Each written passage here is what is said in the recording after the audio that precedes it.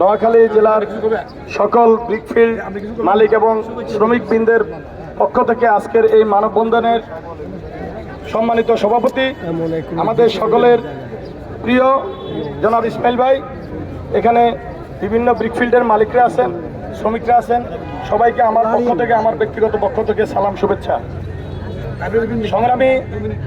মালিক এবং শ্রমিকগণ, আমরা এমন একটা দেশে বাস করতেছি যেটা কোনো ব্যবসায়িক বন্ধন, আমরা দেখছি যে সরকার পলিসি ঠিক করে দেয় ব্যবসায়ীদের ব্যবসা করার জন্য। সারা পৃথিবীতে এই রেওয়াজটা চালু আছে, আর আমাদের দেশে সরকার ব্যবসা বন্ধ করে দেয় একমাত্র আমাদের দেশে। যদি ব্রিকফিল্ডের কোনো অনিয়ম হয়ে থাকে, আমাদের জেলা ব্রিকফিল্ডের আমাদের একটা সমিতি আছে, জেলা সমিতি, ওনাদেরকে ডেকে যদি কোনো ব্রিকফিল্ডের কোনো দোষ ত্রুটি থাকে, ওনাদেরকে ডেকে ওই ব্রিকফিল্ডের একটা সময় নির্ধারণ করে দিবে যে এই সময়ের মধ্যে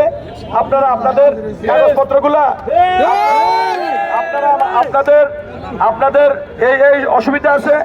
পরিবেশের অসুবিধা আছে, ব্যাটের অসুবিধা আছে, বিভিন্ন টাইপের লাইসেন্স দিতে হয়, ফায়ার সার্ভিসের অসুবিধা আছে। এটা আমাদের, যেহেতু আমাদের একটা মালিক সমিতি আছে, আমাদের মালিক সমিতির মাধ্যমে আমাদের ব্রিকফিল্ডগুলোকে ওনারা